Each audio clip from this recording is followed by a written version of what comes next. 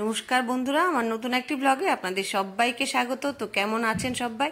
যে যেখান থেকে দেখছেন আপনাদের সবাইকে ওয়েলকাম, থ্যাংক ইউ, ধন্যবাদ সবাইকে। তো যারা আমার পুরনো বন্ধু ওদেরকে তো অসংখ্য ধন্যবাদ আমার পাশে থাকার জন্য। যারা যেখান থেকে দেখছো, দূর থেকে দেখছো, প্লিজ যদি ভালো লাগে আমাকে একটু সাবস্ক্রাইব করে দিও, লাইক করে দিও, কমেন্ট করে দিও, তাহলে ভালো লাগবে। আচ্ছা, এখন আজকে দেখাবো আমি মোচার চপ কী করে বানানো যায়। তো একদম চাট জলদি হয়ে যাবে আর খুব সুন্দর, খেতেও ভারী ইয়ে। আর আমি এটা ভেজ বানাবো। তো মোচা কীভাবে, বাজার থেকে তো মোচা কিনে আনবো, ছাড়াবো কী করে? এই যে এটার মধ্যে না একটা দেশলাইয়ের কাঠির মতো থাকে, এই যে এটা মাথার উপরের জায়গাটা একটু শক্ত থাকে, এটাকে খুলে ফেলতে হবে।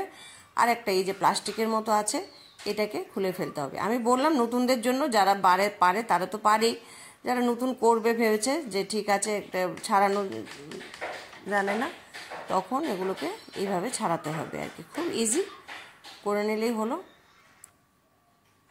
এই যে আমি মোটামুটি সবগুলিকে ছাড়িয়ে নিয়েছি। তা আপনারা কে কী চপ পারেন নিশ্চয়ই আমাকে জানাবেন কমেন্ট করে।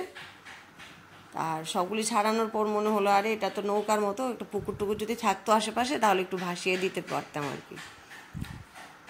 সুন্দর না, কেয়া পাতার নৌকুর মতো। তো আমি এখানে আলু আর এটাকে একটু সেদ্ধ করে নিয়েছি, মোচাটাকে। আর শুধু মোচা দিয়ে তো হবে না, একটু আলু দিতে হবে সঙ্গে, নাহলে বাইন্ডিংটা হবে না। এই জন্যে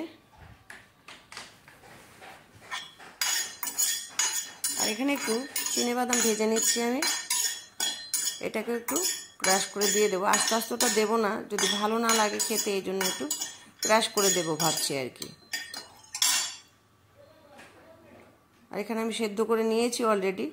আলুটা একটু সময় লাগবে, আলুটা রয়েছে। আর আমি মোচাটাকে সেদ্ধ করে নিয়েছি।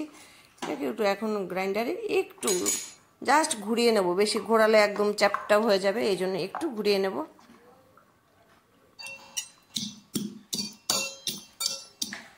এটাকে আমল দিস্তাতে আমি একটু ক্রাশ করে নিচ্ছি আর কি। এটাকে আর মিক্সার গ্রাইন্ডারে দিলে একদম পাউডার হয়ে যাবে, এই জন্য দিইনি আমি।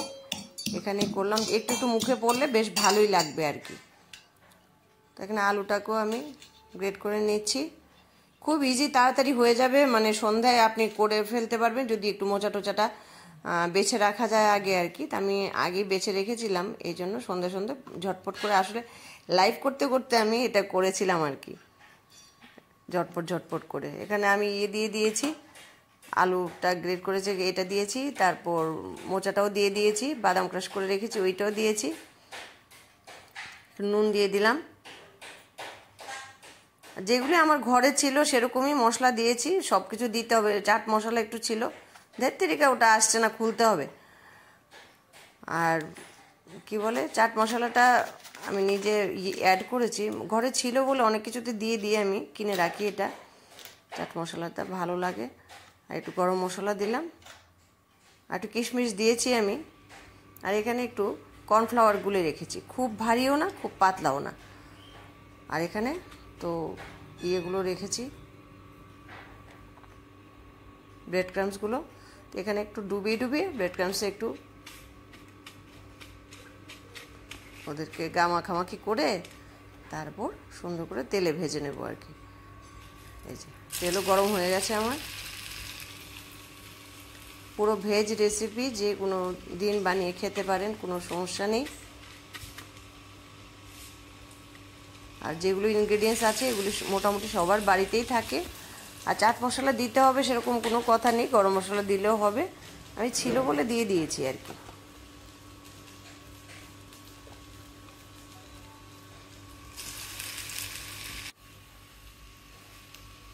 এখন আমি লাইভ করব ভাবছি, এই জন্য বেশি করব না, আমি 4টে করে নেব। তো এখন আমি মানে 6:30 থেকে 8টা অবধি লাইভ করি বলে আমি হুড়োহুড়ি করে 4টেই করে ফেলেছি, বেশি তাড়াহুড়ো করে। এখন 4টেই খাবো। চাও হয়ে গেছে, বাবাই চাটা করে নামিয়ে নিয়েছে। বেশি করবো না। আপনারা ভালো থাকবেন, সুস্থ থাকবেন, এটা করে খাওয়াবেন। আর খেয়ে কেমন হলো আমাকে কিন্তু নিশ্চয়ই জানাবেন। টাটা।